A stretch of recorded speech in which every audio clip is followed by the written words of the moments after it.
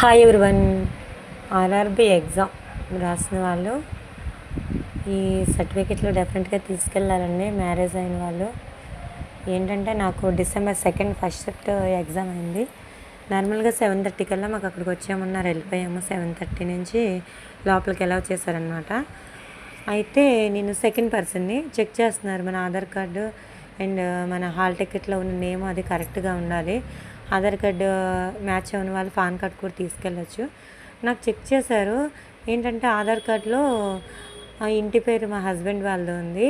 And మనం ఇప్పుడు ఉంటుంది కదా, హాల్ టికెట్లో మా ఫాదర్ వాళ్ళ సర్నేమ్ ఉంది. అంటే మనం చదువుకున్నప్పుడు ఏ నేమ్ ఉంటుందో అదే ఉంటుంది కదా, మన స్టడీ పర్పస్ ఏదైనా సరే. అలా అబ్జెక్షన్ చేస్తారు. ఇదేంటమ్మా ఇక్కడ ఈ పేరు ఉంది, ఇక్కడ ఇది ఉందంటే, స్టడీ పర్పస్ అదే ఉంటుంది కదా సార్, ఇక్కడ మరి మ్యారేజ్ అయ్యాక చేంజ్ అవుతుంది కదా, అందుకే ఆధార్ కార్డులో అలా నేమ్ ఉందన్నా.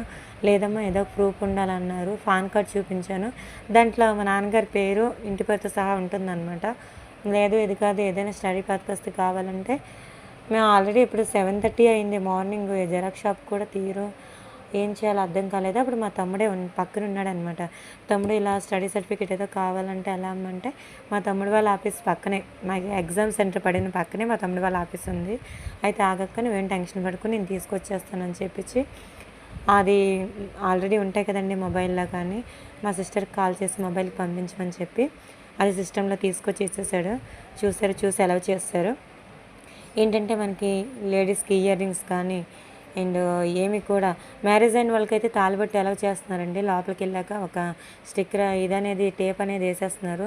మెట్లు కూడా అలౌ చేస్తున్నారు, కానీ అన్నిటికి టేపు, ముక్కు పుడుకున్న టేపు ఉంటుందన్నమాట. కానీ మనం ఇయర్ రింగ్స్ కానీ ఇంకా ఏవి హ్యాండ్కి రింగ్స్ కానీ అలాంటివి ఏమి కూడా పెట్టుకెళ్ళకూడదండి, అలౌ లేదు. అండ్ మ్యారేజ్ అయిన వాళ్ళు ఎవరైనా కూడా డెఫినెట్గా ఈ స్టడీ సర్టిఫికేట్ అనేది తీసుకెళ్ళండి.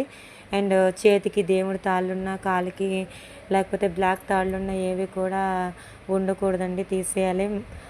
జెంట్స్కి ఏంటంటే బెల్ట్లు, స్మార్ట్ వాచ్లు అవి ఉంటాయి కదా, స్మార్ట్ వాచ్ అవి కూడా ఉండకూడదండి, అలౌ చేయట్లేదు. ఆన్లైన్ ఎగ్జామ్ ఫస్ట్ టైం రాసిన వాళ్ళు కూడా ఎవరు కూడా టెన్షన్ పడే అవసరం లేదు. ఎందుకంటే అక్కడ మనకు ఫ్యాకల్టీ ఇన్విజిలేటర్స్ ఉంటారు కాబట్టి మనకి ఏది డౌట్ ఉన్నా ఏదైనా సరే వాళ్ళు చెప్తూ ఉంటారండి.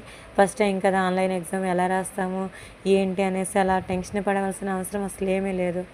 ఫ్రీగా వెళ్ళండి, మంచిగా రాయండి. ఎగ్జామ్ పేపర్ కూడా బాగానే ఉంది.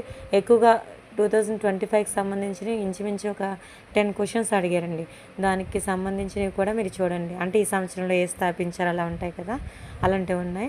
జాగ్రత్తగా రాయండి. All the